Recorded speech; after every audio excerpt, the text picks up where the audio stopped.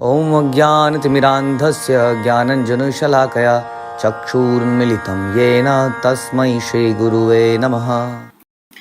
हरे कृष्णा। श्री चैतन्य चरितामृत मध्य लीला chapter 10वां श्लोक संख्या 23 हमने बोला कि किस प्रकार से काशी मित्र जो है काशी मिश्र बड़े प्रसन्न हुए ये सोच के कि भगवान मेरे घर पे आएंगे। और हमने सुना कि किस प्रकार से हमारी कोई संपत्ति, हमारी कोई वस्तु जो हमारे एक्चुअली में हमारी तो नहीं है लेकिन हमारे पास रखी गई है, यदि वो वैष्णवों की और भगवान की सेवा में आ जाए तो इसमें हमें बड़ा प्रसन्नता होना चाहिए। इस संसार की वस्तुएं या तो कोई व्यक्ति भोग लेगा या हमसे छीन ली जाएंगी, चली जाएंगी। चीज़ों को इतना भी प्रिजर्व करने की आवश्यकता नहीं है, उसको हम माइजर कहते हैं। जैसे कि हम सुनते हैं अवंती ब्राह्मण जिसने सारा पैसा तिजोरियों में भर भर के एक कंजूस महाकंजूस की तरह रखा और एक दिन सब कुछ लूट लिया गया। कुछ गवर्नमेंट ने, कुछ चोर लोचकों ने, कुछ रिश्तेदारों ने। या तो ऐसा हो जाएगा, नहीं तो कोई व्यक्ति उसको भोगेगा और भोगेगा तो खुद बर्बाद हो ही जाएगा। तो किसी भी अवस्था में हमारे पास जो भी है, यदि वो कृष्ण की सेवा में लग जाए तो हमें बड़ा प्रसन्न होना चाहिए वास्तव में, अदरवाइज हमारा जीवन व्यर्थ है। तो काशी मिश्र ने जब सुना कि मेरा घर भगवान के लिए यूज होगा तो वो तुरंत बड़े प्रसन्न हो गए। तो इस श्लोक में चैतन्य महाप्रभु के लिए प्रभुपाद शब्द महत्वपूर्ण है। और हमने सुना था प्रभुपाद के बारे में कि कैसे हम प्रभुपाद का मीनिंग थोड़ा बताया गया था इसके बारे में। श्लोक संख्या 24। एई मत पुरुषोत्तम वासी यत जन प्रभु के मिलीते सबार उत्कंठित मन। इस तरह जगन्नाथपुरी अर्थात पुरुषोत्तम के सारे निवासी श्री चैतन्य महाप्रभु से फिर से भेंट करने के लिए परम उत्सुक हो गए।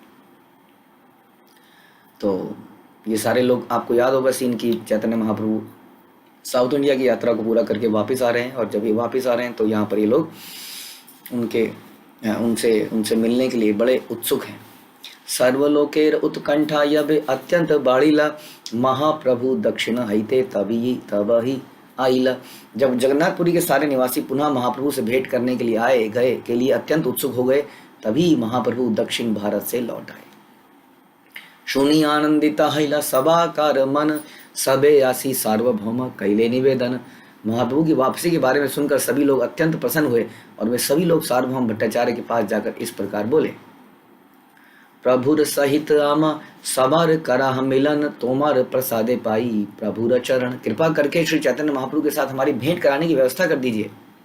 आपकी कृपा के बल पर ही हमें महाप्रभु के चरण कमलों की शरण प्राप्त हो सकती है। एक और एग्जाम्पल दिखता है जिसमें कि जितने भी लोग हैं वो कह सकते हैं कि ये तो भगवान है, भगवान पे सबका अधिकार है, तुम्हारा जितना अधिकार है उतना मेरा भी अधिकार है, क्योंकि अधिकार जताने का हमारा बचपन से ही हमारा अधिकार हुआ है। बचपन से ही अधिकारों के बारे में हम सुनते हैं, ये मेरा मौलिक अधिकार है, ये मेरा अधिकार है, ये मेरा सब कुछ हमारा अधिकार है। हमारा ड्यूटी कुछ नहीं है, सब हमारा अधिकार है। कोई रिश्ता बनता है तो उसमें तुम्हें ये करना चाहिए, ये मेरा अधिकार है। पत्नी कहेगी ये मेरा अधिकार है, पति कहेगा ये मेरा अधिकार है। लेकिन हम वैष्णव के कल्चर में देखते हैं कि वैष्णव केवल प्रार्थना करना जानते हैं, वो अधिकार नहीं जमाते हैं किसी चीज़ में। तो यहाँ पर वो भगवान थे, अक्सर लोग भगवान पर भी अधिकार जमाते हैं। जितना अधिकार तुम्हारा है उतना मेरा भी है। तुम्हारी नहीं सुनूंगा तो मेरे भगवान तो मेरे घर पे भी हैं, घर पे एक ऑल्टर लगाऊंगा, भगवान का जप करूंगा, हो गया। तुम्हारी क्या आवश्यकता है मुझे? तो मेरे भगवान पे मेरा अधिकार है, डायरेक्टली मेरा अधिकार है। अब क्या हम देखते हैं कि वैष्णव जो है वैष्णवों से प्रार्थना करते हैं, क्योंकि वास्तव में ऐसे वैष्णव पर भगवान का अधिकार है जो अपने लिए कुछ चाहते ही नहीं है। उन्हीं को अपना हृदय भगवान देते हैं और उन्हीं के पास भगवान होते हैं, उन्हीं से प्रार्थना करनी पड़ती है। और वास्तव में इस प्रकार जब हम वैष्णवों की कृपा मानते हैं, उनकी सेवा करते हैं, तभी भगवान हमें प्राप्त होते हैं। भगवान को आप प्राप्त नहीं कर सकते, हम पहले भी कई बार सुन चुके हैं, किसी तपस्या के द्वारा, किसी अपना जप इत्यादि के द्वारा भी प्राप्त नहीं कर सकते। यदि आपके हृदय में ये कुपटता है, यदि हृदय में आपके शरणागति की भावना नहीं है भक्तों के लिए, तो हम कुछ भी कर लें, किसी भी प्रकार की तपस्या कर लें, किसी प्रकार का स्नान कर लें, यज्ञ कर लें, जो मर्जी कर लें। तो यहाँ पर बड़ा अच्छा एक एग्जाम्पल दिखता है कि भगवान आए हैं और भगवान इतने दिनों बाद आए हैं, सबका मिलने का अधिकार है। सब जाके कह सकते हैं, सार्वभौम भट्टाचार्य का घर को फोड़ सकते हैं। गुस्से में ऐसा हो जाता ना कई बार। तो वो सार्वभौम भट्टाचार्य से प्रार्थना कर रहे हैं, कह रहे हैं कि हमारी जो है भेंट कराने की व्यवस्था कर दीजिए, आपकी कृपा के बल पर ही आपकी कृपा के बल पर ही हमें महाप्रभु के चरणों की शरण प्राप्त होती है। इट्स अ वंडरफुल एग्जाम्पल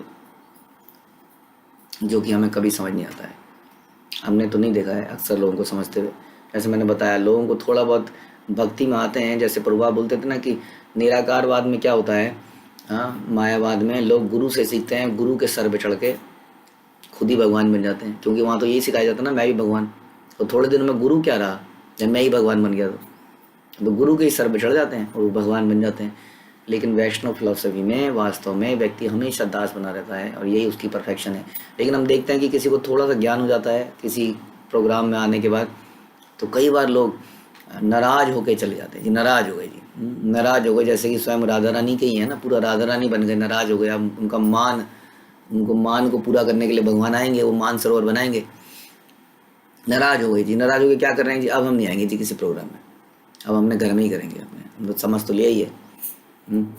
ये दिस इज नॉट समथिंग जो कि वैष्णव सिद्धांतों में प्रिस्क्राइब किया गया है। हमें हमेशा ही वैष्णव के चरणों पे रहना है, चाहे मैं ठुकराया जाए, चाहे मैं मारा जाए। तो यहाँ पर ये लोग कृपा मांग रहे हैं कि आपकी कृपा होगी तभी हमें चरण प्राप्त होंगे। भट्टाचार्य कहे काली काशी मिश्रे रघरे प्रभु या इबेन तहाँ मिलाब सबारे। भट्टाचार्य ने लोगों से कहा, महाप्रभु कल काशी मिश्र के घर पर होंगे, तभी मैं आप लोगों को कि उनसे मिलने की व्यवस्था कर दूंगा, डोंट वरी, पूरी व्यवस्था करी जाएगी। आर दिन महाप्रभु भट्टाचार्य संगे जगन्नाथ दर्शन कैल महारंगे। अगले दिन श्री चैतन्य महाप्रभु आ गए और वे बड़े ही उत्सुकता पूर्वक सार्वभौम भट्टाचार्य के साथ जगन्नाथ मंदिर के दर्शन करने गए। महाप्रसाद दिया तहा मिलिला सेवक गण, महाप्रभु सभाकारे कैला आलिंगन। भगवान जगन्नाथ के सारे सेवकों ने चैतन्य महाप्रभु को भगवान का प्रसाद ला कर दिया। तब बदले में चैतन्य महाप्रभु ने उन सब का आलिंगन किया।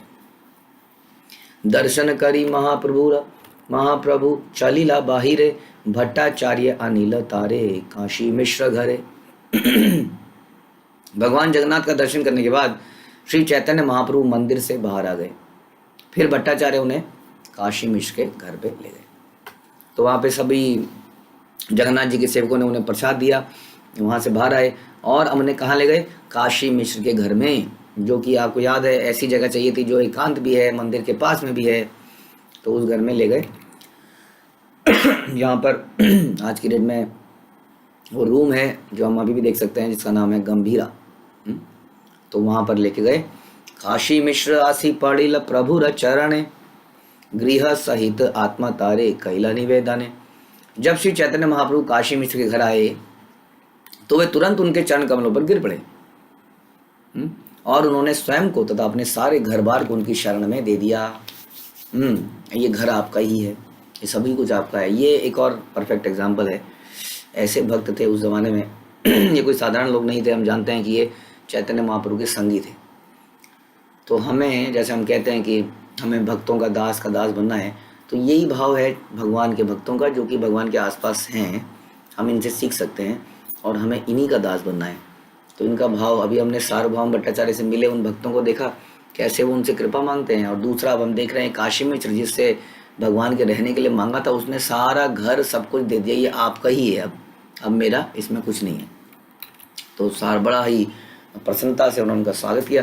प्रभु चतुर्भुज मूर्ति तारे देखाइला, आत्म सात करी तारे आलिंगन कैला। तब महाप्रभु ने काशी मिश्र को अपना चतुर्भुज रूप दिखा दिया। ये बड़ी सिंपल स्टेटमेंट्स कही गई हैं, बड़ी सिंपल स्टेटमेंट नहीं है। आप सोचिए, भगवान का चतुर्भुज रूप कौन देख पाता है। हमने देखा था कि भीष्म पितामह के अंतिम समय में भगवान ने अपना ये रूप दिखाया उनको। कि भीष्म पितामह एक महाजन के रूप में जाने जाते हैं। यहाँ पे देख रहे हैं काशी मिश्र, अभी तक तो उनका नाम भी नहीं सुना था, अचानक से उनके ऊपर इतनी बड़ी कृपा कि उनको चतुर्भुज रूप दिखा दिया। ये इसी को कहते हैं ना, जब इसको कहते हैं सरेंडर। जैसे भगवान कहते हैं सर्वधर्मान परित्यजे। जब तुम सारी चीज़ों को त्याग कर मेरी शरण में आ जाओगे तो क्यों नहीं भगवान सब कुछ रिवील कर देंगे, सब कुछ दे देंगे। और वास्तव में हमने दिया क्या, क्वेश्चन ये आ जाता है, हमने क्या दिया। देखिए, एक बार क्या हुआ, एक कहानी सुनाते हैं आपको। एक बार क्या हुआ कि राजा अकबर थे, अकबर बीरबल की कहानी आपने सुनी होगी अक्सर। तो अकबर को थोड़ा सा प्राइड आ गया कि वो धीरे धीरे बड़े बड़े राजा बनते जा रहे थे। ये वाला प्रांत भी उनके अंडर आ गया, ये भी उनके अंडर आ गया। तो बीरबल को लगा कि अकबर थोड़ा सा गलत डायरेक्शन में जा रहे हैं, इनको करेक्ट करना ज़रूरी है। तो हम इससे ये भी सीखते हैं कि जो हमें करेक्ट करते हैं वास्तव में हमारे शुभचिंतक हैं। अक्सर हमारे आसपास कौन रहता है बताइए, हमारे कौन दोस्त बनते हैं? जो हमारे बारे में अच्छा अच्छा बोलते हैं, है ना, उन्हीं को तो दोस्त बनाते हैं हम। जबकि जो हमारे बारे में अच्छा बोलते हैं वो ज़रूरी नहीं कि हमारे मित्र हों। क्योंकि कारण ये है कि कोई यदि हमारे बारे में अच्छा अच्छा बोलता रहे तो उससे मुझे क्या लाभ? क्योंकि जब आप मेरे बारे में कुछ गलत बताओगे तो उससे मेरा लाभ यह है कि मैं there is a chance to improve. But अगर सबने अच्छा ही अच्छा बताया तो where is the chance to improve? तो आपका लाभ क्या हुआ? आप 1 साल पहले जहाँ थे 1 साल बाद भी वहीं रहेंगे। लेकिन अगर आपको कोई आलोचना करेगा आपकी, तो आलोचना करने से क्या होगा? आलोचना करने से ये होगा कि आपको कोई ना कोई ऐसा अपने अंदर इम्प्रूवमेंट पॉइंट दिखेगा जिसके ऊपर आप काम करेंगे। अब अगर ऐसा क्या कि मेरे अंदर इम्प्रूवमेंट पॉइंट नहीं था, लेकिन वो आदमी ज़बरदस्ती मेरे अंदर इम्प्रूवमेंट पॉइंट देख रहा है, तो इससे भी हमें ये सीखना चाहिए कि माना मेरी गलती नहीं है, लेकिन बाहर से तो कोई मेरी गलती देख पा रहा है ना, ऐसा लग रहा है कि मेरी गलती है, इसका मतलब मेरे आचरण में कुछ तो ऐसा है जिसको मुझे बदलने की आवश्यकता है। माना मेरी गलती नहीं है, वो फॉल्ट फाइंडर है, बट वो फॉल्ट फाइंडर है वो भी तो अपरेंटली कुछ देख के फॉल्ट फाइंड कर रहा है। माना आप दिन में रोज 4 घंटे सोते हैं, कोई आपके ऊपर फॉल्ट फाइंड करे, ये व्यक्ति 4 घंटे सोता है, और आपको पता है कि आप कमरे को बंद कर लेते हैं और आप आधा घंटा सोते हैं और 3.5 घंटे काम कर रहे होते हैं। आप कहेंगे इसमें मेरी क्या गलती है, ये फॉल्ट फाइंडर है। तो ऐसे में भी हम ये सोच सकते हैं, अच्छा ऐसा परसीव कर रहे हैं लोग कि मैं 4 घंटे सो रहा हूँ, क्यों ना मैं आधा घंटा सो के दरवाजे वगैरह खोल के काम करूँ। ऐसा परसेप्शन भी क्यों जाए किसी के दिमाग में? क्या पता कोई ये सोच के कि 4 घंटे सोया जा सकता है, मेरे को फॉलो करने लगे और वो भी 4 घंटे सोने लग जाए, तो भी मैं ऐसा क्यों करूँ? इस तरह से जो व्यक्ति सोचता है वो इम्प्रूवमेंट को प्राप्त करता है। तो बीरबल हमेशा अकबर के साथ रहते थे, बड़े उनके निकट थे, क्योंकि बीरबल के अंदर एक क्वालिटी थी कि वो अकबर को टोक देते थे। हाँ, तो ध्यान रखिए हम ओवरऑल कहाँ पे चल रहे हैं, कहीं डिस्ट्रैक्ट ना हो जाए। हम ये समझने का प्रयास कर रहे हैं कि सब कुछ एनीवे भगवान का है, तो हमने दिया भी तो दिया क्या, क्वेश्चन हम ये कर रहे थे। तो वो बीरबल अकबर को बोलते हैं कि आप एक महान भक्त, नहीं सॉरी, आप एक महान राजा हैं। अकबर बड़ा प्रसन्न हो जाता है, कहता है आपने चारों तरफ अपनी पताका फहरा दी है। अकबर और प्रसन्न हो जाता है, जहाँ जा रहे हैं लोग आपके गुणगान कर रहे हैं, चारों तरफ आप एक बहुत बड़े दानी हैं, आपका हृदय ऐसा है। अब वो सुनते सुनते बड़ा प्रसन्न होता जा रहा है ना, जैसे कि ग्लोरिफिकेशन से हम प्रसन्न हो जाते हैं। तो अचानक से बीरबल बोलता है आप भगवान हैं, नहीं आप भगवान से भी महान हैं। अब ये सुनते ही अकबर थोड़ा सा चौंक जाता है, ये क्या बोल गया? क्योंकि आप जानते हैं कि अकबर एक धार्मिक व्यक्ति था, भगवान को मानने वाला था, सारे धर्मों को प्रोटेक्ट करता था, काफ़ी अकबर के बारे में ये विशेषता है रही है। तो उसने जब सुना उसने कहा बीरबल प्लीज़ एक्सप्लेन, ये आपने क्या बोला? या तो आप इसको समझाइए, नहीं तो आप माफ़ी मांगिए, तो गलत बोल दिया आपने। बोला मैंने क्या गलत बोला? आप सुनिए मेरी बात को, जब आपसे कोई परेशान होता है, आपकी बात नहीं सुनता है, तो आप उसको अपने राज्य से उठा के बाहर कर देते हैं। अब सोचिए यदि कृष्ण से कोई परेशान हो या भगवान से कोई परेशान हो, भगवान उसे उठा के कहाँ फेंकें? क्योंकि चारों तरफ तो भगवान का राज्य है। हाँ, तो बाहर कैसे? आपके अंदर इतनी कैपेसिटी है कि आप उसे उठा के बाहर फेंक सकते हैं, भगवान तो फेंक ही नहीं सकते, क्योंकि चारों तरफ भगवान का राज्य है। इसमें बहुत ही सूक्ष्म लर्निंग घुसी हुई थी। वो ये घुसी हुई थी कि जिस राज्य में तुम बैठे हो वो राज्य भी भगवान का है बच्चे। तुम समझ रहे हो मेरा है। कोई ऐसी जगह है जो भगवान की नहीं है? तो भगवान किसी को अगर निकाल के कहीं फेंकना चाहें अपने से दूर, कैसे? सभी जगह तो भगवान की है। इस मटेरियल जगत में हम सड़ी हुई जगह में रह रहे हैं, माना यहाँ पर भी भगवान के नाम का परचम फैला दिया है हमारे गुरु परंपरा ने। यहाँ पर भी हम भगवान को फील कर पा रहे हैं, इतना दूर भगवान से एक तरह से, लेकिन भगवान यहाँ पर भी हमारे साथ हैं। तो अकबर को समझाया कि डोंट थिंक यू आर एक चक्रवर्ती सम्राट हैं, आप जो हैं केवल भगवान की भूमि पर कुछ समय के लिए रखे गए हैं, आप राजा नहीं हैं, अल्टीमेटली आप केयर टेकर हैं। तो इसी तरीके से काशी मिश्र ने सोचा, और इसी तरह से हमें सोचना चाहिए कि वास्तव में हम दे क्या रहे हैं। क्वेश्चन ये है हम क्या दे रहे हैं, ये तो पहले से ही भगवान का है। अगर हमसे ले ही लिया जाएगा इससे बेहतर ये नहीं है कि भगवान की सेवा में लगा के अपना जीवन को सफल बनाया जाए, लेकिन फिर भी हमें दिक्कत है, हम तिजोरियों को भर रहे हैं, अपने बच्चों के लिए, पोतों के लिए, नातियों के लिए जोड़े जा रहे हैं, जोड़े जा रहे हैं, लेकिन भगवान के लिए हम नहीं दे पाते हैं। तो लेकिन काशी मिश्र ने ऐसा नहीं किया। काशी मिश्र ने सर्वस्व त्याग कर दिया सबके सामने, और भगवान ने इस चीज़ से प्रसन्न होकर उनको अपना चतुर्भुज रूप दिखा दिया। यानी कि भगवान की संपत्ति को भगवान को ही ऑफर कर दिया जाए तो भी फायदा ही फायदा है। और महाप्रभु ने उनकी सेवा स्वीकार करी, उन्हें गले से लगा लिया। तबे महाप्रभु तहा वसीला आसन, चौदी के वसीला नित्यानंदादि भक्त गणे। तब श्री चैतन्य महाप्रभु अपने लिए तैयार किए गए आसन पर बैठ गए और नित्यानंद प्रभु समेत सारे भक्तगण उनके चारों ओर बैठ गए। अभी बैठ गए जी। बैठ के क्या करेंगे? बैठ के ग्राम्य कथा नहीं करेंगे, प्रजल्प नहीं करेंगे। बैठ के क्या करेंगे? कृष्ण कथा करेंगे, कीर्तन करेंगे, यात्रा की डिस्कशन करेंगे। सुखी हैला देखी प्रभु वासार संस्थान, यही वासाया हय प्रभुर सर्व समाधान। श्री चैतन्य महाप्रभु अपने निवास स्थान को देखकर अत्यंत प्रसन्न हुए, जिसमें उनकी सारी आवश्यकताओं को पूरा रखने का ध्यान रखा गया था। हाँ, पूरी आवश्यकताओं, जब प्रेम होता है, जैसे हम कहते हैं, इट डिपेंड्स, कैसे पता चलता है कि किसको कितना प्रेम है, कि how much detail we go into. जितना हम डिटेल में जाएंगे, समझ लीजिए हमें उतना प्रेम है। जब हम छोटी छोटी चीज़ों का ध्यान रखते हैं तभी हमें प्रेम है। अक्सर हम देखते हैं कि लोग किसी को खाने पे बुलाते हैं या कहीं पे कुछ करते हैं, तो बहुत छोटी छोटी चीज़ों का ध्यान नहीं रखा जाता। ये नेचुरल है, ये प्रेम का लक्षण है। जब प्रेम होता है तो आदमी एक एक चीज़ को बड़ी बारीकी से सोचता है। तो यहाँ पर ऐसा ही था, अपना घर भी दे दिया, सब कुछ भी दे दिया, लेकिन वो भी बड़े प्रेम से। ये नहीं कि सरकार ने कब्जा कर लिया है, अब तो मुआवजा चाहिए जी, मुआवजा। दिया भी है, दिया भी बड़े प्रेम से है। इसलिए कहते हैं पत्रम पुष्पम फलम तोयम यो में भक्त्या प्रणश्यति, कि जो भक्ति में के द्वारा, भक्ति के साथ मुझे देता है, एनीवे मेरा ही है, लेकिन जो बड़े प्रेम से देता है। तो यहाँ पर ऐसे ही देखा गया, बहुत ही बारीकी से एक एक चीज़ का ध्यान रखा गया था, और चैतन्य महाप्रभु उसको देख के बड़े प्रसन्न हुए। सार्वभौम कहे प्रभु योग्य तुम्हारे वासा, तुम्ही अंगीकार कर काशी मिश्रेर आशा। सार्वभौम भट्टाचार्य ने कहा, यह स्थान आपके अनुकूल है, कृपया इसे स्वीकार करें, ऐसी काशी मिश्र की आशा है। देखिए, देने में कितना कुछ, देने में ही कितना कुछ सीख लिया हमने। पहली बात तो अपना सर्वस्व दे दिया जा रहा है, उसके बाद में इसको बड़े प्रेम से दिया जा रहा है, बड़ी बारीकी से एक एक चीज़ का ध्यान रखते हुए। उसके बाद में रिक्वेस्ट की जा रही है बड़े प्रेम से कि आप इसको ले लीजिए, इसको स्वीकार कर लीजिए। It is not like that कि मैंने तुम्हें, मैं तुम्हारे लिए गिफ्ट लाया हूँ, ये लो एक गाड़ी की चाबी मैं लाया हूँ तुम्हारे लिए, ये लाया हूँ तुम्हारे लिए, वट एवर। तो इसमें हम देख रहे हैं कि इसके ऊपर भी रिक्वेस्ट करी जा रही है कि कृपया आप इसको एक्सेप्ट कर लें। ऐसी काशी मिश्र की आशा है। तो ऐसे भक्त हैं, अद्भुत हैं, सब कुछ देने के बाद भी रिक्वेस्ट करते हैं कि आप इसको ले लीजिए। प्रभु कहे यही ते देह तोमा सब आकार, यही तुम कई इसे ही समस्त अमार। श्री चैतन्य महाप्रभु क्या कहते हैं? देखिए, ये है भगवान का रेसिप्रोकेशन। भगवान कहते हैं ये मेरा शरीर आप सबका है। कृष्ण का शरीर जो है सच्चिदानंद स्वरूप है।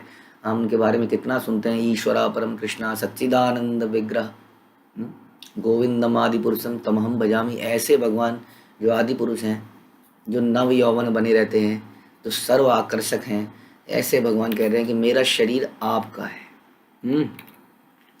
हम कई सारे शरीरों को हासिल करने का प्रयास करते रहते हैं, करते हैं कि नहीं? शरीर, त्वचा को ही तो हासिल करते हैं हम संसार में। आधे से ज़्यादा संसार में, आधे से क्या 99% आई थिंक प्रभुपाद कहते थे कि सारा संसार एक ही पावर से चल रहा है। जानते हैं वो क्या पावर?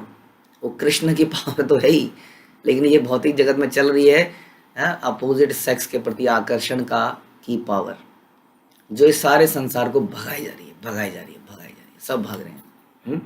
तो हम अलग शरीर को ही प्राप्त करना चाह रहे हैं किसी न किसी के, लेकिन यहाँ पर भगवान के शरीर को यदि प्राप्त करना है तो हमें ऐसा करना पड़ेगा कि अपना सर्वस्व त्यागना पड़ेगा। इंद्रिय तृप्ति की इच्छा तो तब करेंगे ना जब कुछ बचेगा। जब आपके पास कुछ बचेगा तो उसको भोगेंगे। जो सर्वस्व त्याग देगा भगवान के लिए, उसके पास क्या बचेगा भोगने के लिए? तो इस प्रकार से सर्वस्व त्याग देता है, बड़ी डिटेलिंग करता है, उसके बाद बड़े प्रेम से रिक्वेस्ट करता है। ऐसा जब कर लेता है तो भगवान कहते हैं मेरा शरीर आपका है। अभी हाँ, हम भगवान के शरीर को अपन पा लेते हैं, जैसे कि यशोदा माई ने भगवान के शरीर को पा लिया, पा क्या लिया, बांध के जेब में रख लिया एक तरह से। हम्म? जेब में ना रख लिया ना, बांध दिया, जब तक के लिए मर्जी होगी खोलेंगे नहीं। बीच में बलराम ने आग खोलने की कोशिश करी, बलराम को भगा दिया। बताइए, यशोदा माँ की ताकत को देखिए। बलराम जो है, जिनके बराबर कौन है संसार में बलराम के बराबर, बलराम को भी भगा दिया डांट के, खोल नहीं पाया कोई भगवान को। हम्म? तो ऐसे ये शरीर को प्राप्त करना ही तो हो गया। जिनके लिए भगवान निरंतर रोते रहते थे, ऐसी गोपियों ने भगवान के शरीर को प्राप्त कर लिया। तो ऐसे भक्तों ने, यहाँ पर भगवान कह रहे हैं, ये मेरा शरीर आपका है, अतएव आप लोग जो भी कहेंगे वह मुझे स्वीकार है। This is Krishna. कौन सा ग्रंथ ऐसा है संसार में जो इस लेवल की चर्चा करता है? इसलिए कहते हैं कि जो धर्म सर्वोत्तम वही धर्म है जो भगवान के शुद्ध प्रेम को सिखाए। बहुत संसार में हम सीख रहे हैं, ज्ञान ले रहे हैं, कर्म कांड सीख रहे हैं, लेकिन दिस इज समथिंग जहाँ पर हम भगवान के शुद्धतम प्रेम को देख रहे हैं। और भगवान कैसा प्रेम करते हैं भक्तों से, कह रहे हैं मेरा शरीर आपका है, जो आप कहोगे वही मैं करूँगा। कृष्ण जो स्वराट है, इज ऑल इंडिपेंडेंट। कृष्ण किसी के डिपेंडेंट अगर हो गए तो कृष्ण कहाँ रहे? इसलिए भगवान जो है सर्व क्या है, एकदम टोटली इंडिपेंडेंट है। ऐसे भगवान क्या कह रहे हैं कि जो आप कहेंगे वैसा ही मैं करूँगा।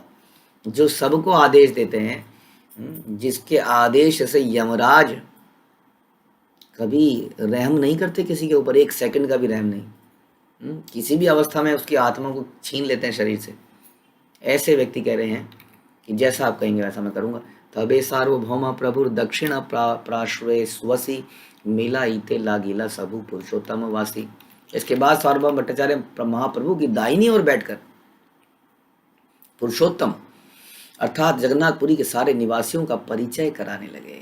तो जितने कई सारे लोग आए थे, सार्वभौम बड़े रिस्पेक्टेड व्यक्ति थे, उस जगह के राजा के प्रमुख व्यक्ति थे, सबको जानते थे, तो सबका इंट्रोडक्शन वहाँ पर कराने लगे। एक और एग्जाम्पल मिलता है कैसे भगवान के साथ हमारा रिश्ता पर्सनल है। ऐसा नहीं था सबको बोला ऐसे महाप्रभु एक बार ऐसे नज़र मार दीजिए, एक बार ऐसे हाथ फेर दीजिए, जैसे कि आजकल प्रचलन है, हाथ फेर देते हैं।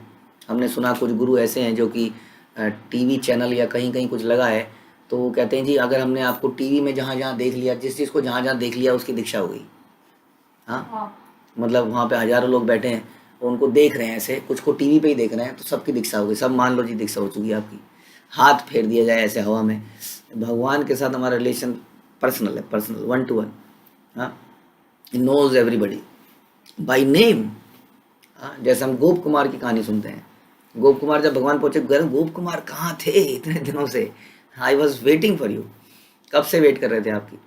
तो इस प्रकार से यहाँ पे एक एक व्यक्ति की परिचय कराया जा रहा है, भगवान से कराया जा रहा है। एक औपचारिकता है क्योंकि भगवान तो ऑलरेडी हर व्यक्ति को पहले से जानते हैं। एक सब लोक प्रभु वैसे नीलाचले, उत्कंठिता हंजाछे सबे तोमारा मिली बारे। भट्टाचार्य ने कहा हे प्रभु, ये नीलाचल के सारे निवासी आपसे मिलने के लिए अत्यंत उत्सुक हो रहे हैं। त्रिषित, तो सार्वभौम भट्टाचार्य ने प्रॉमिस किया था इन लोगों को, आपको याद होगा कि मैं मिलाऊंगा तुम्हें काशी मिश्र के घर में। तो अब वो सारा प्रोग्राम चल रहा है मिलाने का। त्रिषित चातक यैछे करे हाहाकार, तैछे सब यही सब सबे करे अंगीकार। आपकी अनुपस्थिति में ये सारे लोग प्यासे चातकों की तरह निराश होकर रोदन कर रहे हैं। चातक पक्षी के बारे में आपने सुना होगा कि चातक पक्षी जो है पानी नहीं पीता है। हाँ, जैसे कि हमारे कई लोग हैं आज की डेट में, हम लोग कहते हैं जी पानी पियेंगे तो बिस्लरी का पियेंगे, नहीं तो नहीं पियेंगे। तो उसी तरह से जो है चातक पक्षी कहता है पानी पीऊँगा तो बारिश का ही पीऊँगा, बस और कोई पानी नहीं पीऊँगा। हाँ, तो जब बारिश होती है तभी वो अपनी मुंह को ऊपर कर लेता है, और बारिश नहीं हो जाती है तो वैसे ही रह जाता है। तो इसी तरीके से यहाँ बता रहे हैं कि ये सारे लोग वैसे ही प्यासे थे, आपके प्यासे थे, और ये निराश होकर रोदन कर रहे थे, कृपया इनको अपनी शरण में ले लें। जगन्नाथ सेवक नाम जनार्दन, अनवसरे करे प्रभु श्री अंग सेवन। सार्वभौम भट्टाचार्य ने सर्वप्रथम जनार्दन का परिचय देते हुए कहा। देखिए नाम तक बताया जा रहा है ग्रंथ में, किसका परिचय पहले कराया? जनार्दन का परिचय पहले कराया। बोला यह भगवान जगन्नाथ का सेवक है, इसका नाम जनार्दन है। यह भगवान की तब सेवा करता है जब उनके दिव्य शरीर को नया बनाया जाता है। नया बनाया जाता है दो मौकों पे, आई थिंक नया बनाया जाता है जब उनका हमारा उनकी एनुअल जो हम उनकी पेंटिंग करते हैं, जब भगवान की स्नान यात्रा होती है उसके बाद भगवान को दोबारा से पेंट करा जाता है। और एक नव कलेवरम, जब भगवान का पूरा विग्रह ही नया करा जाता है कुछ सालों के पश्चात, तो ये तब उनकी सेवा करता है। स्नान यात्रा उत्सव के बाद अनवसर के समय भगवान जगन्नाथ 15 दिनों तक मंदिर से अनुपस्थित रहते हैं। आप जानते हैं भगवान बीमार पड़ जाते हैं, उस वक्त उनको नया बनाया जाता है, फिर से पेंट करा जाता है। भगवान के नेचुरल पेंट हैं। हम लोग जैसे जो पेंट यूज़ करते हैं, हम लोग तो कुछ पेंट यूज़ करते हैं केमिकल पेंट, लेकिन जगन्नाथ जी के ऊपर नेचुरल पेंट लगाए जाते हैं। तो जब उन्हें नहलाया जाता है तो काफ़ी पेंट उसका इधर उधर हो जाता है, तो उन्हें फिर से ठीक करना होता है। ऐसा प्रतिवर्ष होता है। श्री चैतन्य महाप्रभु से जिस जनार्दन का परिचय कराया जा रहा था वह उस समय यह सेवा कर रहा था। भगवान जनार्दन के श्रृंगार को नव यौवन भी कहा जाता है, जिससे सूचित होता है कि जगन्नाथ अर्च विग्रह को पुनः यौवन प्रदान किया जाता है। तो जनार्दन जी ये सेवा करते हैं, भगवान से इंट्रोड्यूस कराया गया। कृष्णदास नाम यही सुवर्ण वेत्रधारी, शिखी माहाती नाम यही लिखनाधिकारी। सार्वभौम भट्टाचार्य ने बताया यह कृष्णदास है जो सोने का एक दंड लिए रहता है, और यह शिखी महिती है जो लेखन अधिकारी है। ये शिखी महिती जो है भगवान के बहुत अच्छे भक्त हैं बने। शिखी महिती काफ़ी निकट के भक्तों में से हैं, तो ये सबका नाम आ रहा है कृष्णदास और शिखी महिती, जो कि मादला पांजी नामक कैलेंडर अर्थात पंजी लिखने के लिए नियुक्त किया जाता है। ओके। प्रद्युम्न मिश्र वैष्णव प्रधान, जगन्नाथेर महासोयार इह दास नाम। यह प्रद्युम्न मिश्र है जो सारे वैष्णवों का मुखिया है। यह जगन्नाथ जी का महान सेवक है और उसका नाम दास है। उड़ीसा में अधिकांश ब्राह्मणों की उपाधि दास है। सामान्यतः समझा जाता है कि दास ब्राह्मण इतर जातियों का द्योतक है, किंतु उड़ीसा में ब्राह्मण दास उपाधि ही प्रयुक्त करते हैं। इसकी पुष्टि चुल्ली भट्ट द्वारा होती है। वास्तव में हर व्यक्ति दास है, क्योंकि हर व्यक्ति पूर्ण पुरुषोत्तम भगवान का दास है। लेकिन हम दास सुनने में बड़ा दिक्कत होने लगती है हमें, हम मालिक ही बनना चाहते हैं पूरे जीवन। इस दृष्टि से प्रामाणिक ब्राह्मण को दास उपाधि का पहला अधिकार है, अतएव यहाँ पर दास उपाधि उपयुक्त ही है। इसीलिए श्रील प्रभुपाद ने यह नियम बनाया कि दीक्षा के बाद हमारे नामों के आगे दास या दासी लग जाएगा। मुरारी माहिती शिखी महातीर भाई, तोमार चरण बिनु आर गति नाई। यह शिखी महिती का भाई मुरारी महिती है, आपके चरण कमलों के अतिरिक्त इसका कोई और अन्य आश्रय ही नहीं है।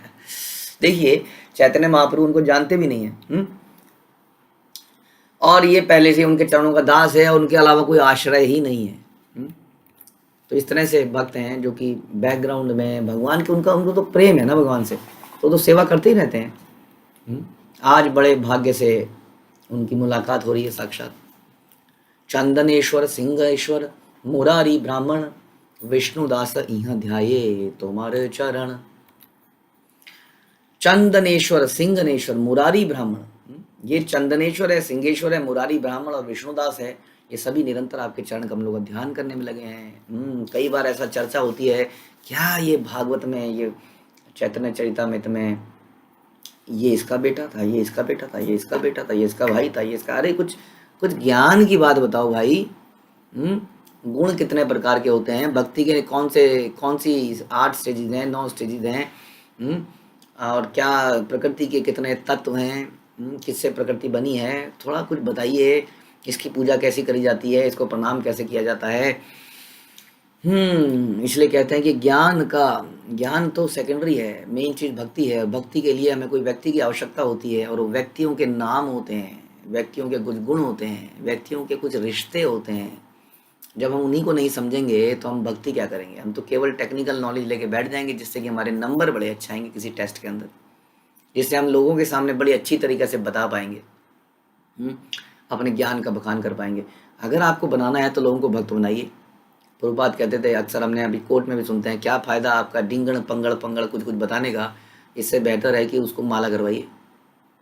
आपने उसको पता नहीं क्या क्या सिखा दिया, क्या क्या बना दिया। रोज़ 1 घंटे का लेक्चर आप चलाते हैं, हमारा लेक्चर ख़त्म होने के बाद आप एक और लेक्चर चलाते हैं, अपने लोगों से मिलते हैं, उनको पता नहीं क्या क्या ज्ञान देते हैं। बट क्वेश्चन है, क्या आपने उनसे नाम जपवाया? यदि नहीं तो क्या किया फिर आपने? आपको लगता है कि आपके ज्ञान से उसका उद्धार होगा या भगवान के नाम से उद्धार होगा? तो ज्ञान उतना ही आवश्यकता है जितनों की नाम लेने में सहायक हो, जितना कि भोग लगाने में सहायक हो, जितना कि श्रवण कराने में सहायक हो। तो हमारी कोशिश होनी चाहिए कि हम भागवत का पाठ सुना सकते हैं, लेकिन अल्टीमेटली नाम जो है युग धर्म है, राइट। तो इसलिए नाम कराना अति आवश्यक है। तो इसलिए यहाँ पे बता रहे हैं कि निरंतर ये सभी जो है निरंतर आपके चरण कमलों का ध्यान करने में लगे हैं। तो हमने सुना कैसे भगवान का ध्यान निरंतर करा जा सकता है, नाम के द्वारा, सेवा के द्वारा ध्यान किया जा सकता है। प्रहर राज महापात्र इह महामति, परमानंद महापात्र इह रसाहिति। ये परमानंद प्रहर राज हैं जो महापात्र नाम से भी जाने जाते हैं, ये अत्यधिक बुद्धिमान हैं। देखिए एक के बाद एक नाम आए जा रहे हैं। और ऐसी भागवतम में आप देखेंगे ये इसका बेटा, ये इसका बेटा, ये इसका बेटा। तो हमें बड़ी श्रद्धा से उसको सुनना चाहिए, उसको पढ़ना चाहिए। ये सारे एक को जानने की बात यह है कैसे शुकदेव गोस्वामी, कैसे कृष्णदास कविराज एक एक व्यक्ति के बारे में सोच रहे हैं, जबकि भगवान के असंख्य दास हैं, दासियां हैं, असंख्य, कोई गिनती नहीं है, कोई लिमिट नहीं है। इस्कॉन की भक्ति असंख्य हैं, भगवान की भक्त क्या बोले। तो फिर उसके अंदर कैसे एक एक भक्त का नाम, आप लोगों को कई बार कुछ भक्त आपके स्पिरिचुअल फ्रेंड बनाए जाते हैं, जिसमें से एक सीनियर होता है, एक नया होता है। ये कैसे ना तो सीनियर की इच्छा है कि वो बात करे, ना ही जूनियर की इच्छा है कि वो बात करे, दोनों ही अपनी अपनी ब्रह्म ज्योति में लीन है, ओंकार की ध्वनि में। करने तो आए थे भगवान का भजन, सब लोगों ने अपना अपना बना लिया है भजन कुटीर अपने घर को। ना तो सीनियर अपने स्पिरिचुअल फ्रेंड से बात करना चाह रहा है, और जो नया आया है वो तो कह रहा है क्या जरूरत है, सर पे आया, जितना बात करूंगा उतना टोकेगा। तो हमारा लोगों से कनेक्ट बनाने की कोई इच्छा ही नहीं अंदर से। कुछ सोच रहे हैं मेरी तो बन तो गई कनेक्ट, ये 10 ये 5 लोग बन गए, मेरा जीवन इन्हीं में सफल हो जाएगा। प्रभुपाद विदेशों में गए, मलेच्छों से मिले, पता नहीं किस किस व्यक्ति से मिले। कई बार लोग कहते हैं कौन कौन आ गया है, पता नहीं कहाँ से आ गए, कौन कौन आ गया है, कौन कौन आता जा रहा है। ये हमारे हृदय की कृपणता है, कंजूसी है, कंजूस है ना हम। जैसे अपने धन को छुपाए बैठे हैं कुंडली मार के, वैसे हर चीज़ को लिमिट कर लेना चाहते हैं। बस ये 5 भक्त, ये पुराने भक्त, बस यही रहे और कोई ना आए, बीच में कोई ना आए। अरे यहाँ पर अपना कुटुंब बनाने के लिए थोड़ी आए थे, वसुधैव कुटुंबकम, हमारा कुटुंब तो पूरा संसार है भैया। हाँ, आप भूल गए उस दिन को जब आप भी हबशियों की तरह थे, एक पापी व्यक्ति की तरह आए थे। अगर आपको उस वक्त टच ना किया होता तो आप इस स्थिति में आते। आज आप स्वच्छ हो गए हैं तो आप कह रहे हैं ये कौन आता जा रहा है बीच में, ये कैसे कैसे लोग आ गए। और खुद भूल गए कि खुद भी एक दिन वैसे ही थे। अब जो है इसको लिमिट करना है। जैसे हमारा मैं और मेरा परिवार, बढ़िया चावल आया है घर के लिए पहले रख लो, बढ़िया कुछ आया है घर के लिए पहले रख लो। वैसे ही अभी हमारे वैष्णव बन जाते हैं, कहते हैं हाँ ये हमारा ये जो परिवार है ना बस यहीं तक, आगे नहीं। आगे जाएंगे तो बहुत फंस जाएंगे, समय नहीं मिलेगा एक दूसरे के लिए। हमारे जीवन का उद्देश्य प्रचार करना है, भगवान की सेवा करना है। जो भी आवश्यक हमारे जीवन में भगवान अपने आप देंगे, डोंट वरी अबाउट दैट। इसलिए एक एक व्यक्ति इज इम्पोर्टेंट। कैसे प्रचार करना है, कैसे लोगों, हमारी शुद्धता भी इसी में है। जब तक घिसे नहीं, जब तक दिमाग में टेंशन नहीं हुई, तब तक क्या पेन लिया हमने भगवान के लिए। तो यहाँ पे देखिए सुखदेव गोस्वामी और कृष्णदास कविराज कैसे एक एक आदमी का नाम लिखने की, ऐसे ग्रंथ में सोचिए। कृष्णदास कविराज ने शुरू में ही कहा था कि ये ग्रंथ बहुत बड़ा हो जाएगा, मैं बूढ़ा हूँ, पता नहीं मैं इसको लिख पाऊंगा कि नहीं लिख पाऊंगा, कितनी लीलाएं हैं, और फिर भी कोई कहेगा समय बेकार कर रहे हैं नाम लिखने में। ये शिखी महिती है, ये महापत्र है, ये परमानंद प्रहराज है, भाई क्या करें हैं तो। ये हमारा करेक्टर है, हमारा नेचर है, बिकॉज वी आर, दिखते तो पर्सनल हैं लेकिन हम सब इम्पर्सनल हैं। अपनी ही दुनिया में जीना चाहते हैं जहाँ किसी भक्त से कोई मतलब नहीं है। मेरा कल्याण हो गया, क्या आपका कल्याण हुआ? नहीं हुआ। ऐसा लगता है कि मेरा कल्याण हो गया। तो यहाँ बता रहे हैं ये परमानंद प्रहराज हैं जो महापात्र के नाम से भी जाने जाते हैं। ये अत्यधिक बुद्धिमान है। प्रहराज उपाधि, अब देखिए प्रभुपाद भी, देखिए प्रभुपाद और भी महान है। हाँ, वो कह रहे हैं प्रहराज, अब नाम बता रहे हैं, नाम में भी प्रभुपाद पूरी एक्सप्लेनेशन लिख रहे हैं, पूरा परपट लिख रहे हैं। कह रहे हैं कि प्रहराज उपाधि उन ब्राह्मणों को दी जाती है जो सिंहासन रिक्त होने पर राजा का प्रतिनिधित्व करते हैं। उड़ीसा में राजा की मृत्यु के समय से लेकर दूसरे राजा के सिंहासन रूढ़ होने तक की प्रतिनिधि ही सिंहासन पर आसीन होता है। जब उन बिटवीन इन दैट केस जब एक राजा से दूसरे राजा के बीच में गैप आता है तब ये लोग राजा का काम संभालते हैं। यही प्रतिनिधि प्रहर राज कहलाता है। प्रहर राज का चुनाव सामान्यतः राजा के निकट के पुरोहितों के परिवार से किया जाता है। श्री चैतन्य महाप्रभु के जमाने में परमानंद प्रहराज ही प्रहराज थे। ये सब वैष्णव यही क्षेत्रेराभूषण एकांत भावे चिंते सबे तुम्हारे चरण। ये सारे शुद्ध भक्त जगन्नाथपुरी के आभूषणों के समान सेवा करते हैं। क्या है ये लोग? ये जगन्नाथपुरी के आभूषण हैं। These are the jewels. यही है आकर्षण, यही है आभूषण। वास्तव में यही आभूषण है। वैसे वास्तव में ये जो भक्त हैं यही आभूषण है। ये सोने की चेन आभूषण नहीं है जो हमने गलों में लटका रखी है। कानों के बुंदे ये आभूषण नहीं है। वैष्णव हमारे जीवन में है तो ये जीवन का आभूषण है। यानी जगन्नाथपुरी के आभूषण हैं, उन्हीं के समान से सभी आपके चरण कमलों का अविचलित भाव से ध्यान करते हैं। अविचलित भाव से ध्यान करते हैं चरणों का, यानी कि दासत्व का ध्यान करते हैं कि मैं दास हूँ। Always always and always and always. तबे सबे भूमे पड़े दंडवत हैया सबा आलिंगीला प्रभु प्रसाद करिया। इस परिचय के बाद सारे लोग जमीन पर डंडे की तरह गिर पड़े। डंडे की तरह गिर पड़े, दंडवत प्रणाम किया। दंडवत प्रणाम में पूरा लेटा जाता है। श्री चैतन्य महाप्रभु ने हर एक पर कृपा करके उन सब का आलिंगन किया। देखिए एक और डिटेलिंग कि एक एक भक्त से मिले महाप्रभु, एक एक भक्त को पर्सनल टच दिया। हैना काले आइला तथा भावानंद राया चारी पुत्र संग पड़े महाप्रभुर पाया। तभी भावानंद राय अपने 4 पुत्रों के साथ आए और वे सभी श्री चैतन्य महाप्रभु के चरणों पे गिर पड़े। भावानंद आए अपने 4 पुत्रों के साथ और एक इनका 5वां पुत्र भी है, वो है रामानंद राय। ये रामानंद राय के पिताजी आ गए हैं।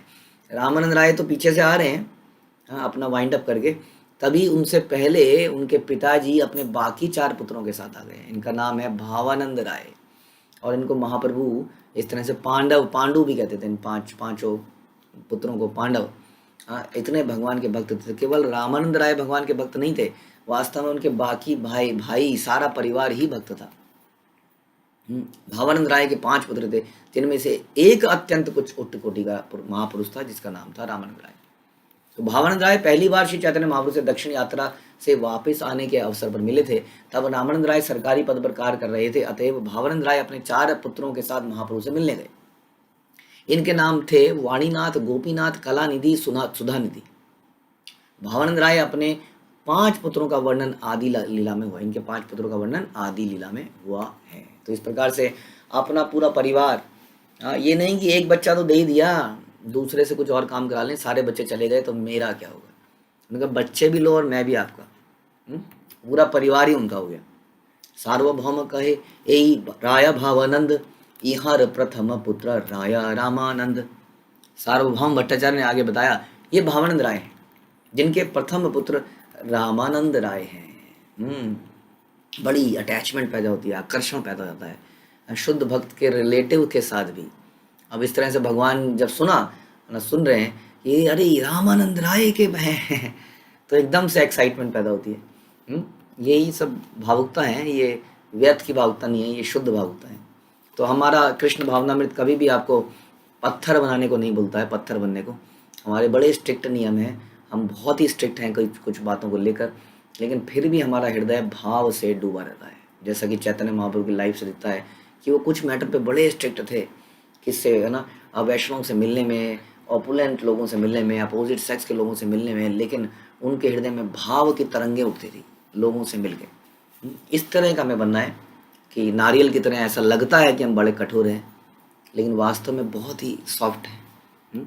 तो यहाँ पे दिख रहा है डायरेक्ट कि भावानंद राय के से मिलाया गया और बोला गया उनका बताया कैसे गया कि इनके प्रथम पुत्र रामानंद राय हैं। तो एक महान भक्त से उनके पिताजी का भी इंट्रोडक्शन कराया गया। उनका मतलब बेटे के नाम से पिताजी का इंट्रोडक्शन हुआ यहाँ पर, यानी कि किसी महान भक्त से ही सारे परिवार का इंट्रोडक्शन वास्तव में होना चाहिए और होता है। तो इस मिलन के बारे में हम सुनते रहेंगे और आशा है ये हमारे हृदयों को द्रवित करेगा, जो कि कठोर हो चुका है आज की डेट में। फॉर्मेलिटीज़, आप बिना बताए घर में कैसे आ गए, क्यों आए हैं, कब जाएंगे, वगैरह वगैरह, आए हो तो क्या लाए हो, और मैं आऊँगा तो क्या खिलाओगे। हमारा हृदय जो है बिल्कुल ड्राई हो चुका है, शायद उसको ये चैतन्य चरितामृत द्रवित कर पाए। श्री चैतन्य चरितामृत की जय, श्री कृष्णदास कविराज की जय, श्रील प्रभुपाद की जय।